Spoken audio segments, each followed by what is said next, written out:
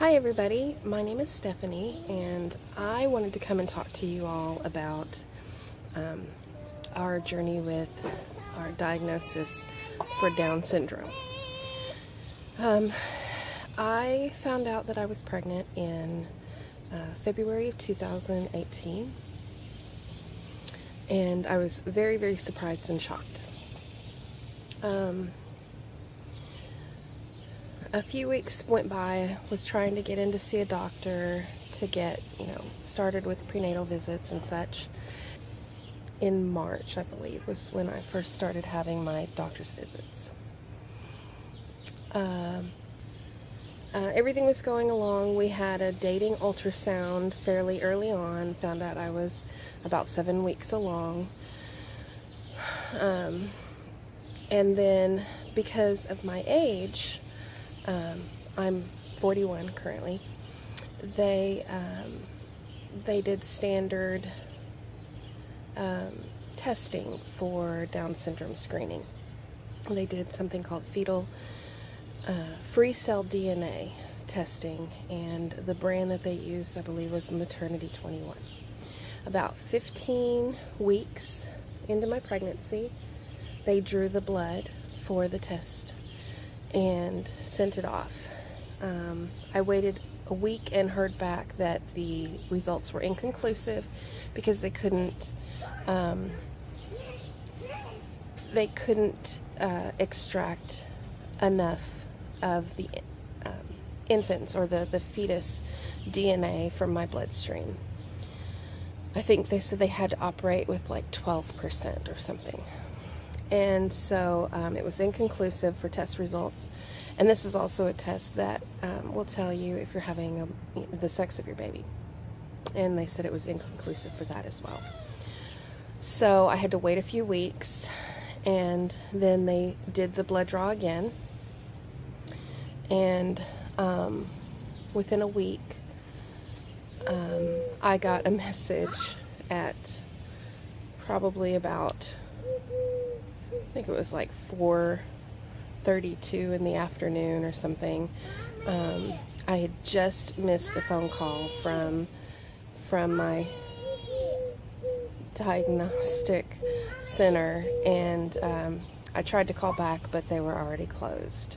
I mean, immediately tried to call back. So, of course, I knew that they had the results back, and so I had to wait overnight. Miguel? I have something to tell you. What do you have to tell me? Something making that noise I heard. Yeah, I heard it too. I don't know what it is either. Maybe it's an owl. It sounded like an owl, but it's daytime, so I don't think it's an owl. Do you want to say hi? Hi! This is my little 3.5-year-old. Okay, go play. Go get dirty.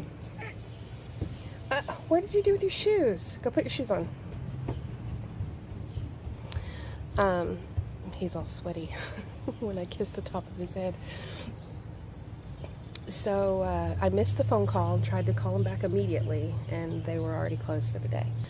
I had to wait till the next day, and I called. I happened to be at work when I called, and I wasn't anticipating any news. I was just ready to, find out the sex of my baby. I was really excited about that, and then just move forward.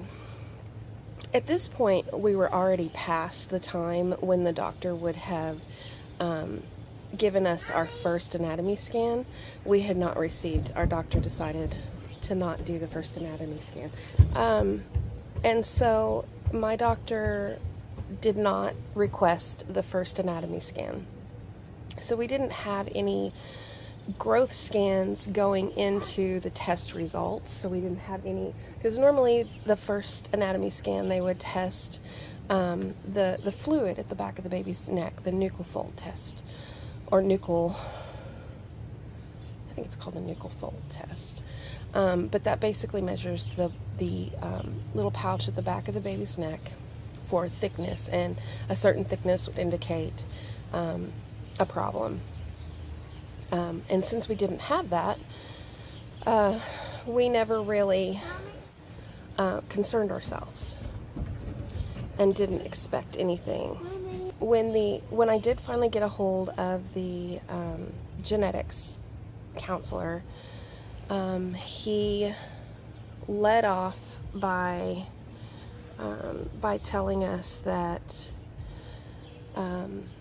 the tests are 99% accurate with about a 5% fail rate, and then he said trisomy 13 and trisomy 18 you are negative for, but trisomy 21 you had a high result, and he said we would consider that a positive result. So at first I was just kind of shocked, and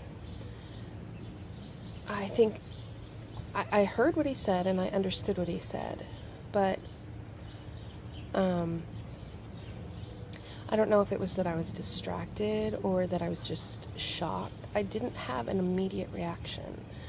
My reaction came a little while later.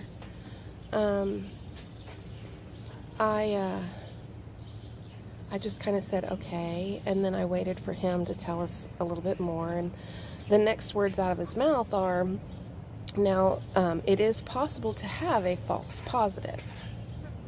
He said, like I said, these tests are 99% accurate, but there is a small margin of error.